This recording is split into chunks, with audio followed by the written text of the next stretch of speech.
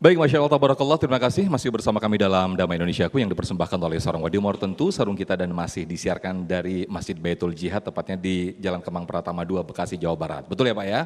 Ntar direvisi lagi nanti. Baik, kita masuk dalam segmentasi tanya jawab berkaitan dengan tema kita, stop berbohong biar hidup plong. Mungkin Bapak Ibu ada yang sempit hidupnya, nah jangan-jangan masih diliputi dengan kebohongan ini. Nah kami persilakan kepada Bapak Ibu, para jamaah semua untuk mengajukan pertanyaan. Kami persilakan terlebih dahulu ada Ibu Denti. Silakan boleh berdiri Ibu Denti, nanti akan dijawab oleh guru kita Ustadz Aryan Fakih. Silakan Ibu. Assalamualaikum warahmatullahi wabarakatuh. Perkenalkan saya Denti dari MT Baitul Jihad Kemang Pratama 2 Bekasi. Pertanyaannya adalah apakah menahan diri untuk tidak membicarakan aib orang lain termasuk dalam kategori berbohong? Itu saja Ustaz pertanyaannya. Wassalamualaikum warahmatullahi wabarakatuh. Waalaikumsalam warahmatullahi wabarakatuh. Menahan diri untuk tidak ghibah gitu kali ya. Apakah ini kategori untuk berbohong? Sehingga ketika kita jujur itu membicarakan orang lain begitu mungkin ya, bisa dibalik begitu. Baik, terima kasih Bu Denti, boleh duduk kembali. Silakan Ustadz Fakih. Baik, terima kasih Ibu. Ada hadis Nabi Muhammad SAW. Laisal kadwi man aslaha bainan nas. Tidak termasuk perkataan dusta bagi seseorang yang mendamaikan hubungan yang retak. Kalau ternyata omongan kita dikeluarkan malah banyak madorot, muncul yang namanya perselisihan, muncul yang namanya kekacauan, maka mengucapkan sesuatu hal yang berbeda dengan apa yang kita ketahui itu tidak termasuk dusta. Lalu apakah ketika ditahan, menahan sehingga tidak menyebar aib orang itu dikatakan berbohong? Tidak. Lalu bagaimana ternyata itu menjadikan kita tidak tenang hati, maka cukup diekspresikan dengan bagaimana kita mendoakannya. Kalau berbicara membicarakan keburukan orang, ada satu nasihat dari ulama besar yang bernama Imam Hasan Al-Basri.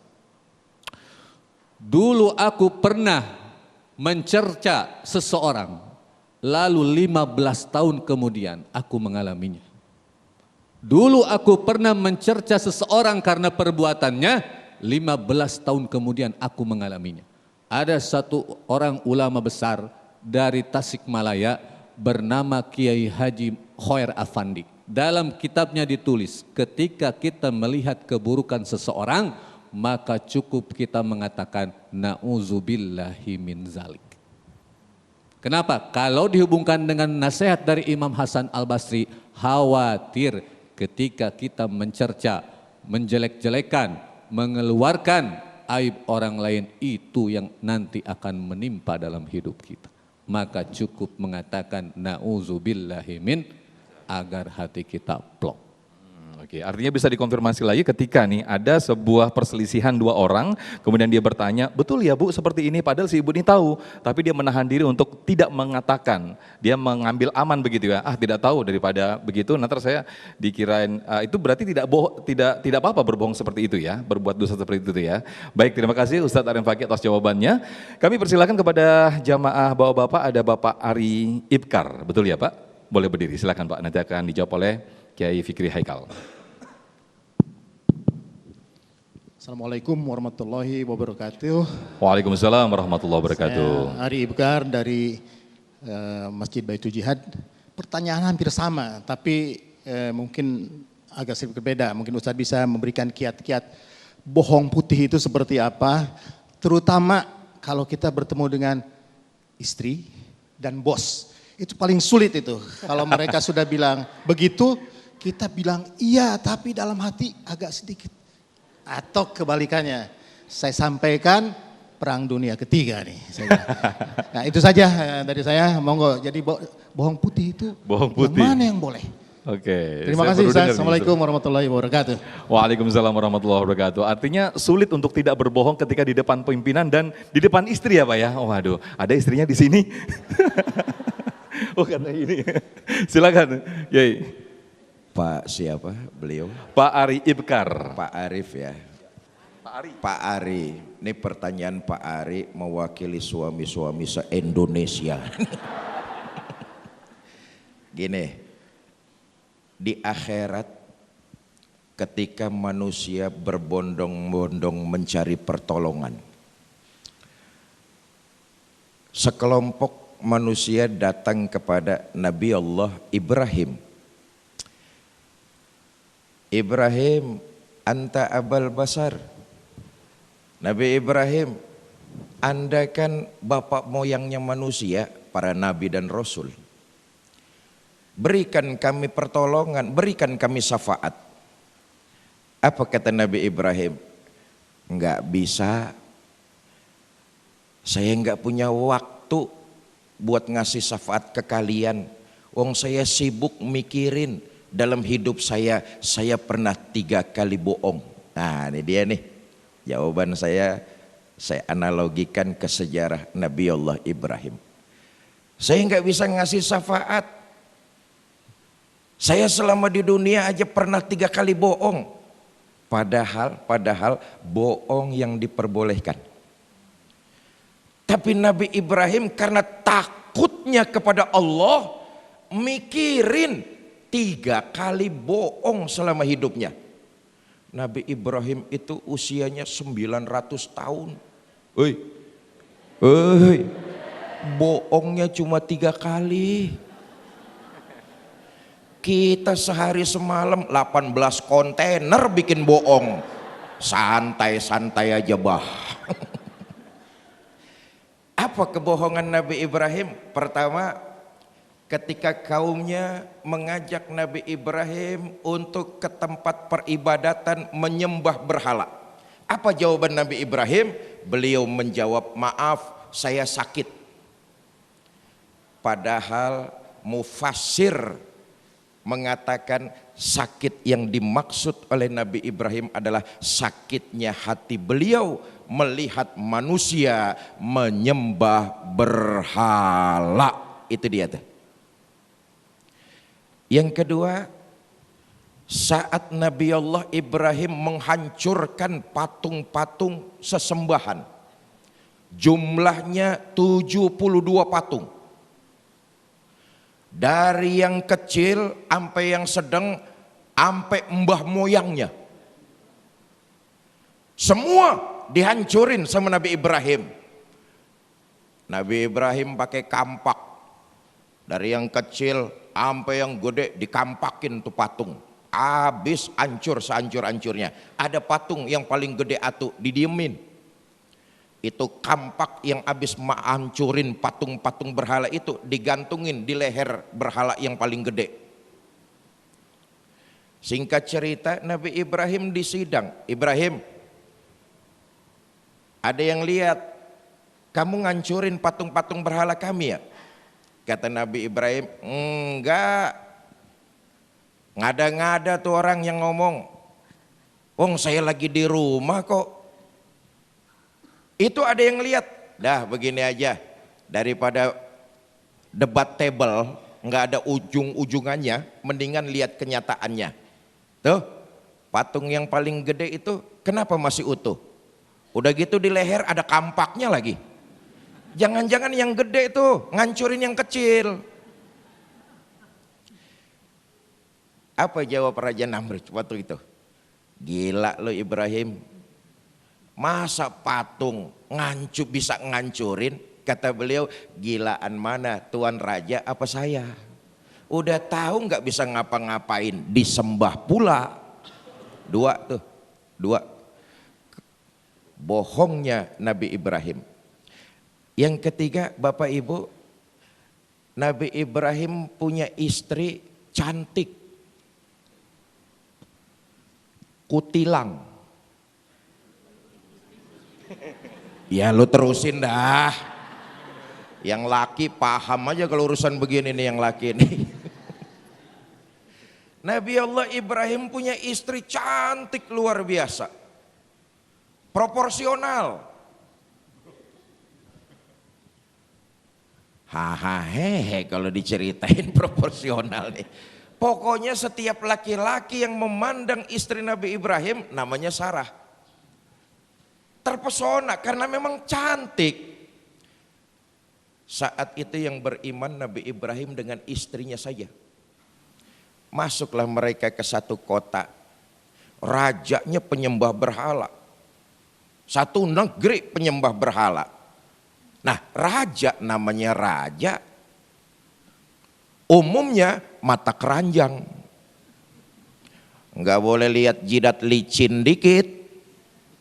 Nabi Ibrahim berkata kepada istrinya Sarah, Sarah, nanti kalau kau ditanya oleh siapapun tentara di sini, jawablah kalau kamu saudara saya.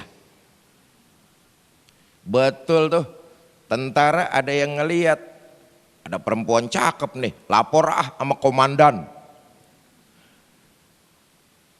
Raja sempet tuh nanya kepada Siti Sarah, kamu siapanya Ibrahim? Saya saudaranya Ibrahim. 3 kebohongan. Ya kita lihat. Kebohongan pertama tadi sudah saya sampaikan maksudnya. Sakitnya hati Nabi Ibrahim melihat umat menyembah berhala. Yang kedua, bohongnya Nabi Ibrahim menggambarkan kecerdasan beliau. Bahwa enggak mungkin sesuatu yang enggak punya kehidupan bisa menghancurkan yang lain. Pasti yang punya kehidupan. Dan siapa yang punya kehidupan? Allah Subhanahu wa ta'ala. Kalau patung enggak bisa berbuat, ya jangan disembah, sembahlah Allah Subhanahu wa ta'ala. Itu yang kedua. Yang ketiga, Nabi Ibrahim nyuruh bininya bohong. Kalau ditanya jawab saja, kamu saudara saya. Yang dimaksud saudara di sini adalah saudara seakidah. Nah, pertanyaan Pak Arif saya tajemin. Umumnya, enggak semua, umumnya emang suami takutnya bukan sama Tuhan, sama istri dan atasan. Pak Arif yang mana Pak Arif? Pak Ari yang mana? Takut sama Tuhan atau sama bos dan atasan? Sama istri dan atasan. Umumnya seperti itu. Nah, saya mempertajam nih. Pak Arif, kalau tidak bertentangan dengan nilai-nilai syariat agama, maka ada 3 bohong yang diperbolehkan. Di antaranya satu sudah dijawab oleh Kiai, oleh Ustadz Fakih, mendamaikan orang.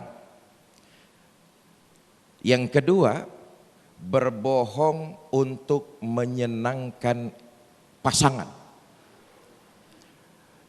Tapi jangan kasih PHP. Ah, ini beda nih Pak nih. Nih maaf ya, suami itu kadang-kadang lebih banyak PHP-nya. Tuh korban PHP nyautin semua di sini nih. Bukan memberikan sesuatu yang kita suami nggak bisa mencukupi. Jangan, itu namanya PHP, tetap dusta. Yang dimaksud menyenangkan pasangan di sini, umpama inisiatif seorang istri membelikan bapak makanan di luar. Karena rasa sayangnya istri kan sama suami begitu toh. Iya Bu, iya Bu. Kuliner ibu kemana aja, ada makanan yang menurut ibu enak, ingat sama suami, dibeliin, dibawain ke rumah. Buat Arjuna tercinta. Bapak pulang kantor, perut lapar, capek, pengen makan nasi, dikasih makan begituan, rujak bebek. Umpama lah, umpama. Cobain Pak, tadi saya makan enak, cobalah 1 sendok itu saja, sedikit saja cobain. Walaupun Bapak misalnya perut Bapak kosong, nyobain itu dengan raut wajah yang sumringah, lalu berkata kepada istri, oh enak Bu, beli rujaknya di mana? Nanti saya akan habisin sisanya setelah saya makan nasi. Istri seneng apa enggak? Seneng apa enggak? Yang kayak begitu dibolehkan untuk nyenengin pasangan. Jangan habis makan sesendok mata melotot. Maki-maki istrinya, mata lu buta. Pulang kerja capek disuruh makan rujak bebek moncor yang ada nih. Umpama berbohong semacam itu diperbolehkan. Wallahu a'lam bishawab. Baik, Masya Allah, terima kasih Ustadz Fikri Haikal yang telah memberikan jawaban yang sangat luar biasa sekali. Saya berlanjut ke jamaah yang sudah siap dengan pertanyaannya. Ada Bapak Fahrozi ya, betul, silakan boleh berdiri, nanti akan dijawab oleh Ustadz Aryan Fakih. Assalamualaikum warahmatullahi wabarakatuh. Nama Ahmad Fahrozi, suami dari Rahayu Ningsih. Harus Ada? disebut istri. Berarti jujur ya. Iya. Bagaimana pandangan Ustadz terhadap konten kreator yang membuat konten ngeprank, bohong, yang penting dia tenar dapat uang. Dan bagaimana pandangannya terhadap netizen yang senang menikmatinya. Terima kasih. Assalamualaikum warahmatullahi wabarakatuh. Waalaikumsalam warahmatullahi wabarakatuh. Ini fenomena yang sering kita lihat. Bagaimana nih Ustadz Aryan Fakih? Kalau misalkan konten itu ternyata tidak mendatangkan kerugian kepada kedua belah pihak dan tidak melanggar syariat, diperbolehkan. Karena ada ternyata konten-konten itu tujuannya adalah untuk hiburan. Menyenangkan hati yang sedang stres. Betul ibu-ibu? Ibu stres enggak? Ini kelihatan urat-uratnya kelihatan semuanya. Diperbolehkan selama konteksnya tidak ada yang dirugikan, tidak menimbulkan permasalahan, perpecahan, kekacauan, maka diperbolehkan dan tidak melanggar syariat. Tapi ketika konten itu ternyata berbau seperti ghibah, menimbulkan perpecahan, adu domba, dah itu tidak diperbolehkan.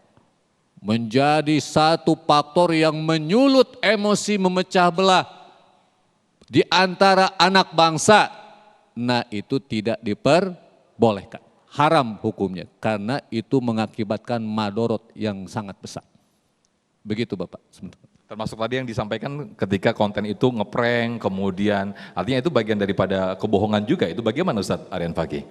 Kalau ternyata setelah ditelisik, kenapa dia mengadakan satu program prank, ternyata untuk hiburan, dan yang tidak pranknya pun tidak merasa di prank, dan ternyata yang di pranknya pun merasa terhibur, dan ternyata banyak yang nonton juga, tidak mendatangkan madorot, itu diperbolehkan.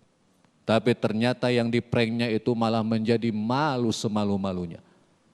Sampai harga dirinya turun. Sampai merasa dibunuh karakternya, maka itu diharamkan.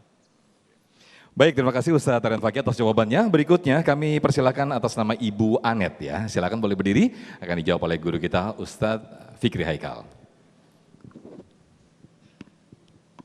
Assalamualaikum warahmatullahi wabarakatuh. Waalaikumsalam warahmatullahi wabarakatuh. Nama saya Aneta, saya dari Majelis Taklim Harmoni Ummahat Masjid Umar bin Khattab Kemang Pratama Regensi. Pak Ustadz, zaman now menjunjung tinggi positive vibes. Kita sering menjawab baik atau alhamdulillah ketika ditanya kabar. Padahal hati sedang hancur. Apakah berbohong tentang kondisi mental karena takut dinilai lemah termasuk dosa? Ataukah itu kewajaran dalam menjaga privasi dan etika sosial? Demikian, Assalamualaikum warahmatullahi wabarakatuh. Waalaikumsalam warahmatullahi wabarakatuh. Tren positif vibes begitu ya. Silakan Ustadz Fikri Haikal. Pertanyaan dari Ibu Anita. Ya. Apakah kalau ada orang yang menanya kabar ke kita, perlu enggak kita jawab sejujur-jujurnya? Apa kabar? Alhamdulillah baik. Padahal lagi kere. Umpama.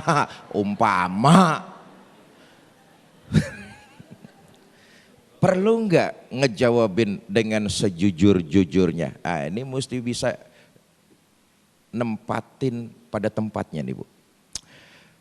Tiap kita pasti punya masalah, tiap kita pasti punya kesulitan, tiap kita pasti punya kesusahan. Bukankah dalam kesulitan, kesusahan, Allah berjanji di ujungnya kalau kita sabar, Allah akan memberikan buah yang sangat manis. Bukan berarti kesulitan yang kita derita ini kita nggak boleh ngomong ke siapa-siapa, harus. Cuman jangan ngomong sama manusia. Ibu Anita ditanya sama temennya, Besti, apa kabar coy? Udah lo dengerin aja lah. Apa kabar Bu? Ibu jawabnya jujur sebagaimana kondisi saat itu ibu hadapi. Waduh, suami saya kagak pulang-pulang. Umpama anak saya juga begitu. Mana kagak punya duit bulan ini, belum bayar listrik, belum. Bu, kesulitan yang ibu ungkapkan dengan jujur ke orang lain ada dua. Pertama, boleh jadi besti ibu simpati, tapi tetap nggak bisa berbuat apa-apa untuk membantu diri ibu. Paling ujung-ujungannya kalau kita cerita kesulitan kita sama orang, tuh orang cuman ngomong sabar ya, kasihan deh lo. Paling begitu, betul apa enggak? Ada manfaatnya nggak kita ngomong? Ada manfaatnya nggak kita ngomong? Yang nggak ada manfaatnya biar pecah di perut. Nah dulu saya diajarin begitu tuh sama bapak saya. Fikri, yang nggak bermanfaat biarin dia pecah di dalam perutmu. Yang bermanfaat saja kamu keluar. Sebab kalau yang keluar nggak bermanfaat kamu jadi tawanan. Biarin dia pecah di dalam perut kamu sendiri yang nggak bermanfaat. Tuh bapak saya tuh K. Zainuddin MZ mesenin kayak begitu tuh. Bapak saya. Bapak saya. Yang kedua nih Bu Anita, yang kedua, kalau ibu cerita sesuai dengan kondisi yang sekarang, ini cuman dua nih, yang pertama tadi, yang kedua nih, dia akan walaupun di depan kita raut wajahnya biasa saja, tapi boleh jadi di dalam hatinya tepuk tangan kegirangan ngelihat kesulitan kita. Betul apa tidak? Nah, solusinya bagaimana? Nah, Bapak Ibu para pemirsa, sekuat-kuatnya kita manusia, kita perlu sandaran. Jangan merasa jadi istri paling kuat. Karena manusia perlu sandaran. Pak. Belaga budak nih bapak-bapak. Jangan merasa suami paling kuat. Karena semua kita manusia perlu sandaran. Ketika kita kesulitan, kita mau ngadu sama siapa? Itulah sandaran. Maka Quran, maka Islam memberikan tuntunan, sandaran kita adalah Allah. Hamparkan sejadah, dirikan sholat, curhat kepada Allah Subhanahu wa taala. Saya pikir begitu Bu Anita. Allah Baik, Masya Allah, terima kasih Ustaz Fikri Haikal. Saya yakin pertanyaan dari Ibu Anita dan juga jawaban dari guru kita Ustaz Fikri Haikal membawa hikmah kepada kita semuanya. Alangkah kita juga diajarkan dari Rasulullah SAW bahwa dalam kondisi apapun untuk terus mengucapkan Alhamdulillah. Betul begitu ya Bu ya? Nah pemirsa, di segmen berikut selain para jamaah yang bisa berinteraksi dengan guru-guru kami, nanti kita juga ajak para pemirsa yang di rumah untuk bergabung lewat video call WhatsApp kami di Damai Indonesiaku.